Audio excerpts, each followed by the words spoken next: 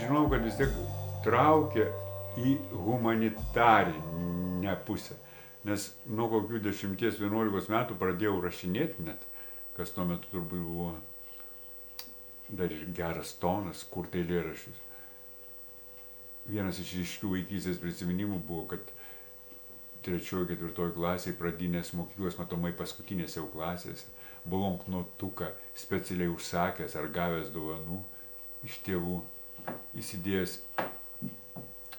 į kišenėlę, einu, rudenį veiksmas vyko kažkodėl, kur įstrigo, į Puškino sodelį, ten, kur dabartiniai Valdovų rūmai, netoli Gedimino pilies ir gerą foną elegantišką, prie sau lygaus poeto Puškino, nes jau žinau, kad tai poetas. Ir parašau eilėraštį ten ant suoliuko atsisėdęs, įsiėmęs tą blonknotuką ir parsinešu namo ir duodu paskaityti, kur apsalusi auklė, kaip tuo laiku jau inteligentų šeimos turėjo auklę, kuri padėtų namus tvarkyti. Mes vadinom ją Ciocę. Apsalusi klauso, kaip aš skaitau eilėraštį, parašytą aišku mamai, gamtai. Ir aš girdėjau šnabždesį, tas vaikas per geras šiam pasauliui, ilgai negyvens. Kai daug metų praeina, galima turbūt išskaičiuoti, kada ten visgi tau pagal savijautą tuometinę atrodė, kad viršūnė sėkminga ir taip toliau. Visų pirma, žmogui visada visko negana, ypač menuose. Vis ne tai. Atrodo, ne tai, kaip tai senoji rytų atmetimo principas. Ne tai, dar ne tai. Žmogui tai yra pavojinga, niekada tau nieks neįtiks iki galo. Ypač tas, vadinamam, teatro kino mene, žmogų persikioja. Nes tu labai realiai, ypač kine, save pamatai, kad tu dar ne tas, tai ne tas scenarius. Tai tu nepilnai realizavai save. Ta scena pagaliau kitaip turėjo būti suvaidinta. Taip toliau, bet kadangi kolektyvinis menas ne tik nuo tavęs, o labai dažnai ir nuo kito daugiau net negu nuo tavęs priklauso. Tiek nuo režisūros, tiek nuo partnerių, jų žavesio, jų gabumų ir taip toliau. Tai vis atrodo, kad ne tas, kad čia, visgi ne tas, kad kiek aš dar, kad jie žinotų, kiek aš daugiau galiu, visgi žmogui. Tai dažnai ir taip pagalvoju, kad ašgi daugiau galiu. Bet kai realiai pamatuoji, jeigu tai įmanoma iš vis pamatuoti, turbūt buvo kokie nuo 80, gal 77 iki 84 metų, 7 metų, kaip dažnai būna tie ciklai, po 7 metų. Kada buvo suvaidinta ir iš karto 26-7 metų labai stambus, tikra prasme, vaidmenys teatre, Ančių medžioklės Zylovas, viena iš pirmųjų tuometiniai valstybei. Iš karto po to Čechovo Vyšnių sodas, visai kontrastingas vaidmuo Petė Trofimovas, žmogus net susigalvojau, kad net kai netelpa savys, net mikčiot pradeda iš susižavėjimo, jeigu ne mes, Ani. Ten tiek, kas aktorinė virtuvė žino, tai labai kontrastingi darbai. Iš karto. Vienas po kito. Petė Trofimovas ir Zylovas. Vienas vos net cinizmo, kitas poezijos ir netikrumo, gerumo, drovumo. Vienas po kito. Tie darbai po to iškart su debiutuojančiu Rimu Tuminu atėjusiu į teatrą Fėjos Dražė variacijos, kur buvo perversmas teatre, ta meninė prasme, visai kitokio plano spektaklis. Ir iškart pas jį, kaip tęsinys, Katė ant stogo įkaitus. Čia pat premjera Ilga kelionė per kopas, kur per visą Tarybų sąjungą, kaip tada buvo lengviau mums ir žvaigždėm, kaip dažnai ironiškai pagalvoja, autoironiškai. 2 kanalai namuose televizijos, savas ir Maskvos, keli bent kanalai. Ir nėra ką daugiau žmonėm, kaip premjera, tai visiems žiūri. Ypač kaip per tokią didžiulę 1/6 pasaulio dalį apimančią valstybę išeina pareklamuotas serialas iš Pabaltijo, iš jų praeities, tai logiškai irgi susidomėjimų padidintais cukai. Tai tuo metu 82 metais tas serialas. Tai va tokie pavadinimai, kurie yra visgi turbūt nesimėtantys aktoriaus gyvenime. Tai turbūt tas buvo sėkmingiausias 7-metis, būtent tas. Čia kaip Ахматовas yra, если бы знали вы, с какого ссора растут стихи, не ведая стыда. Jeigu žinotumėt, iš ko eilėraščiai kyla, be gėdos. Tai čia turbūt neįmanoma visko to būtų apriepti, nes tai ant tiek tai yra kartais iš to savęs nemėgimo, iš depresijos, iš nevilties. Ir tai dažniau dar dėja, kaip nekeista, tam irgi žiaurumas tos profesijos. In tau kūrybinis tu mokais, tas nemėgojimas, tas nežinomas kas tu, kodėl, nekentimas savęs už to, kas buvo ir kas dabar yra, staiga. Ir tu nusiramini į kūrybą tą atnešdamas, tą nervą, lyg išpažinti, išsivalai. Tai čia yra vienas iš variantų. Kartais būna, kad visai netikėtai nuo paprasto buitinio judesio. Man labai patiko, kai mes sutardom dėl to su Irena Bučienė. Kaip Petė Trofimovas, ypač po Zilono, atrodo, kaip jį pradėti vadinti. Bet tiek jis nepadoriai saldusgi žmogus. Jis šneka ten kažką, tai taiko visus apie meilę, kad gyvenimas, jeigu mes nematysim, tai kiti matys tą tikrą laimę, džiaugsmą, Anne, saulė tek. Atrodo, taip pavojinga, saldu ir taip toliau. Ir staiga susigalvojau, kad jisai, tai tie akinukai jo, tokie valūs, gavom senus akinukus, tas jau trafaretas, kad jie padeda charakteriui keistis. Sklastymo pakeitimas visai kitą pusę. Ir pasiūliau per vieną ir tie nervuojantis šneka, užsikirstam. Viską. Atrodo, tiek nedaug. Akinukai, sklastymas ir maniera kalbėti. Ir nuo to pradeda judėti visas vaidmens karkasas.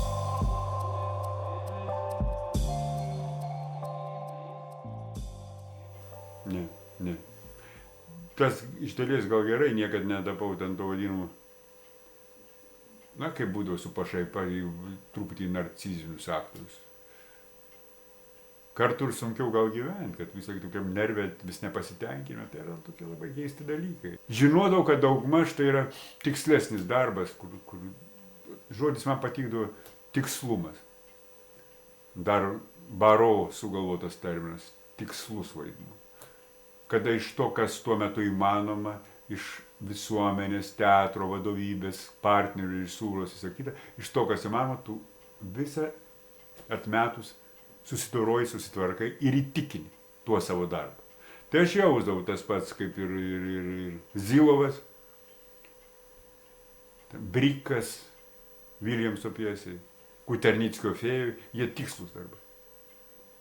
Tik tiek aš žinodavau, bet tai yra vis tiek būdų net tą vakarą, kai tu suvaidini, vis tiek perkratai kaip sulėtiniam filme ir labai dažnai toksai liūdesys. Prie to tikslumo dar liūdesys, kad ne tas. Kaip Gary labai gražiai rašo, 7 to kamuoliuko nepagausi, jo nėra, bet sieksi. 4, 5, 6, 7 kamuoliukai dar nori, dar ir nepasi. Tokio tikro, kad mokytojai, ne. Kad galėtum sakyti, va tavo buvo mokytojai. Yra kolegų tokie, kurie tiek Miltinio, tiek ten Stanislavskio, jie turi. Ir aš suprantu juos, jiems pasisekė. Jie pasitikėjo ir atsidavė. Man to niekada nebuvo. Pilnai. Kine tai iš vis tuo nekvėpėjo. Tai buvo tik profesionaliai atliekamas darbas. Net su tuo sėkmingoju didžiuoju filmu Latvių. Geriausiu atveju, tai vis tiek buvom kitokie žmonės ir jis kad leido daug būti laisvės dar. Bet kad mokytojas autoritetas kine tai iš vis to nebuvo, o teatre jaunystė turbūt, kur labiausiai sąlyčio taškai, tai su Bučiene, nes visų pirma tada atrodo labai daug, 10 net metų vyresnė. Taip toliau atrodo, kad tai visai jau kita karta. Dabar tai žmonės tarp kartų suvienodėjimas įvykęs. Tada būdavo labai didelis skirtumas. Tai Bučienė visgi labai buvo tokia, turėjusi įtaką vien to, kad labai pasitikėjo ir net repertuaro vienu metu pagal mane net formavo, taip toliau. Tai didelis dalykas. Po to su savo kartos žmogum, su Rimu Tuminu, kur irgi labai daug kūrybinio sąlyčio taškų pajutom tiesiog. Kada pabaigai repetuoti ir gerąja prasme tu sunku net atsiskirti. Tu tęsi. Nesvarbu, kad tu eini į kavinę, lydi viens kitą. Dar kažką. Bet net sunku atsiskirti, kad jūs abu esat tos pačios šiuo metu, tai tikrai kraujo grupės, ant to pačio kelio, ant tų pačių bėgių, vadinkime, ir taip toliau. Tai buvo turbūt tie du pagrindiniai dalykai teatre. O visi kiti tai buvo tik maži fragmentai. Kino malonumas, ta prasme, kad tu visgi kaip juvelyras atlieki tą, kaip Ranevska sakydavo, kad jeigu sėkmingesniam filme, kad tai visgi kažkokį tokį, kaip vizitinė kortelė. Kad buvo toks aktorius, Romas ar kitas, kad va, jisai lieka, mūsų nebus. Tas pasąmonė veikdo visgi, kad ant sidabro juostą, kad jinai 100 metų bus. Kad jinai bus, kad toks aktorius visgi buvo. Kad jisai toks į savo visuomenę atstovavo, savo kraštą atstovavo. Tai ta prasme, tame yra žavesys kino kaip jokių kitų veikmenų. Kad tu ne tik savo ranką rašytą foliantą palieki, bet tiesiog tavo kalbėjimą, tavo akis, tavo manierą, tavo šypseną. Tai viską, kai suvokdavo kinas, vis dėlto jis turbūt buvo labiau toksai ir vertinamas ta prasme, kad daugiau ir mokamas, būtent už išliekamumą. Tame pagrindinis. Bet tai jau yra racionalumas. Poezija ir racionalumas. O jeigu grina poezija, tai visgi tik teatre gali būti, kada tu su bendraminčiais, užmiršęs laiką, tu repetuoji. Tai jeigu tau pavyksta, tu žinai, kad ta salė 100 vietų, kelių šimtų, 1000 vietų salė, įmelsuoja kartu. Tai kokia čia šlovė, čia netikra šlovė. Čia, kai skaitai apie Kainsą, apie kitus, ten Kačalovą, ten iškinkydavo damos ir gerbėjai arklius ir veždavo karietas namo. O ten tai šlovė, žmogui visai taip atrodo. Niekada nebus gana. Ir nu, kokia čia šlovė? Ai, čia baisiai, kad čia didžiųjų valstybė, ten karts nuo karto, ir tai dar ne visur, o dar daug kur atskiria ir dar kartais sumaišo tavo ten pavardę ar dar kažką. Tai netikra šlovė. Čia nėra to viso liaudinio. Čia ne Elvis Presley pagaliau, netolimas arbiklai. O ten tai šlovė, oi, ten kai rodo alpsta visą salę, griuva, ten verkia. To nėra. Tai tuo metu ir tas atrodo iškreiptai viskas. Bet turbūt, kad visgi tai daug didesnis buvo tvirkinimas, beprasmiškas, uždėjęs savo šleifą, nori, nenori, tas populiarumas savo atneša per vieną konkretų filmą, kaip visai dažniausia žmogus savo tokiu atveju turi nuo ko atsispirti, ten buvo nuo mūsų filmo su Juozu Kisielium, tapo ta atpažįstamumo labai nuo kopų ir taip toliau, tai nori, nenori iškart atneša amplua apribojimą. Rafinuotas, inteligentiškas, lyg ir neigiamas, aš tam puikiai, Juozas tapo toks teigiamas.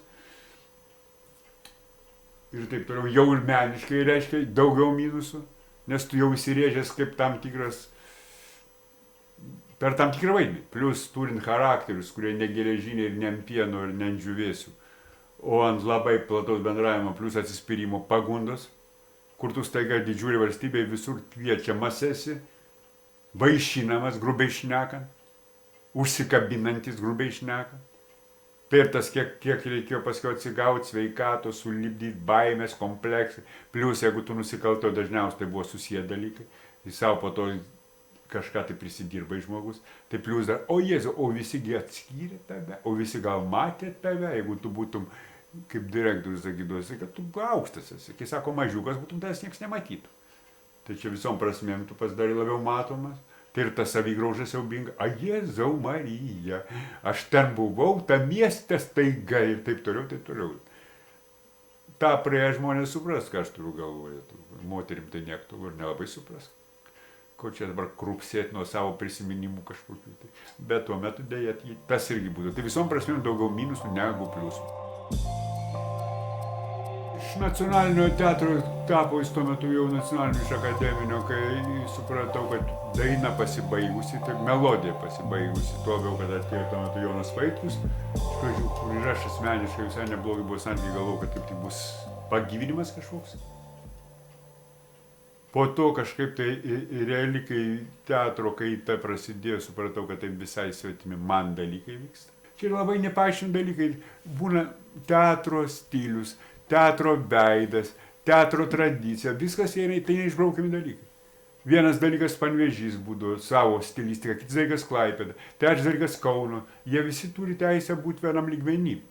Profesionalūs geri teatrai tam tikrų metų buvo. Tiek jaunimo bet tiek Vilniaus nacionalinis akademikai, ypač veteranų, ta prasme, tų senųjų mūsų korifėjų vadinamų. Jie visi savo turėjo stilių, savo veidą, kuris negali taip lengvai būti pakeičiamas. Kaip žmogus negali, marškinius susidėti ir jis tapti kitokiu. Kitokiu jis nebus. Vis tiek jis tam kartu, kol stilės jis atrodys, kad ten kažkoks eina vos ne pankas, taip toliau. Bet prabils jis matysi, kad čia kitas, tai tik kažko apsirengia kitaip. Tai lygiai taip pat negalima greit pakeisti drastiškai, kaip su daiktais elgiantis teatro veidą. Tai aš supratau, kad net tas kryptis fiziškai vyks. Aš nemokėčiau net paaiškinti dabar. Bet tuo metu šitau, kad kažkas nebejauku visiškai daro.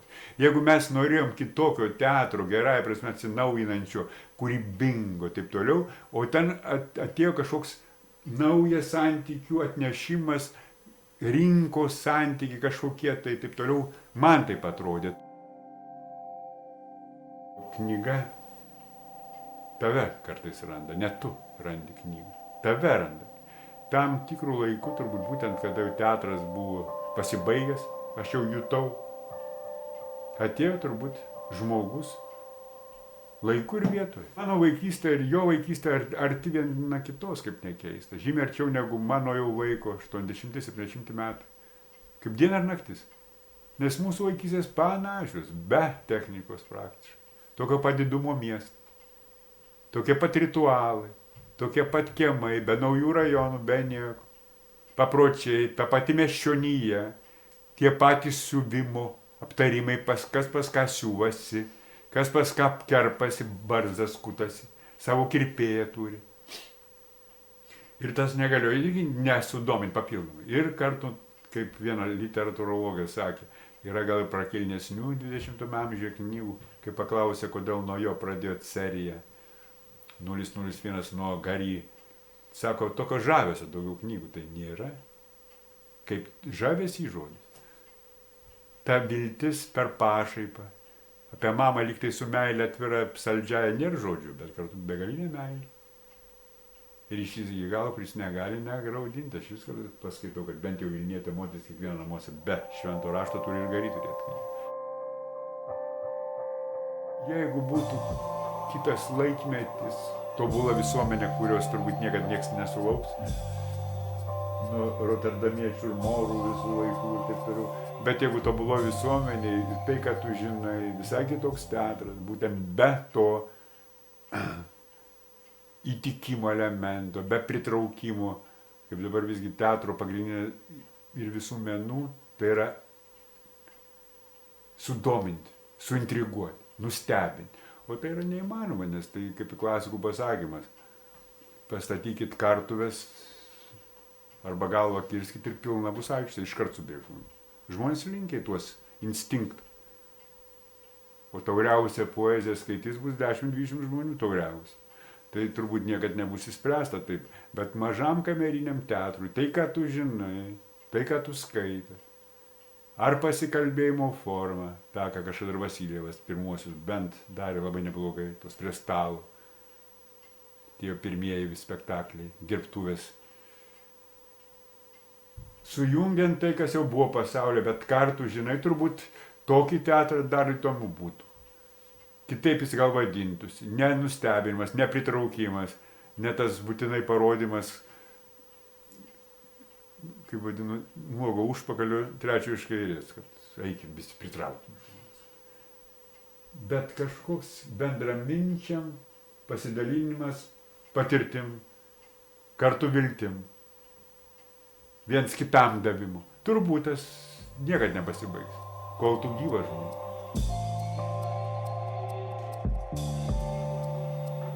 Dabar man teikia džiaugsmą, kad nepasiduodu liūdesiu ir kad tikiuosi, kad pasveiksiu ir dar būsiu. Na, ne visai tas lakstantis elninas ar jaunuolis ar dar kažkas, bet bent jau galėsiu be lasdikės normaliai per savo miestą, kad dar palakstyt, pavaikščiot.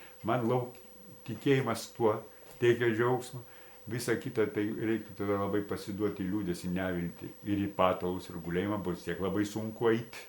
Nes tai neuralginės lygos su stuburu susiję, kas žino, tai žino, kad tai yra labai žmogus suvaržytas, tampi, priklausomas nuo kitų.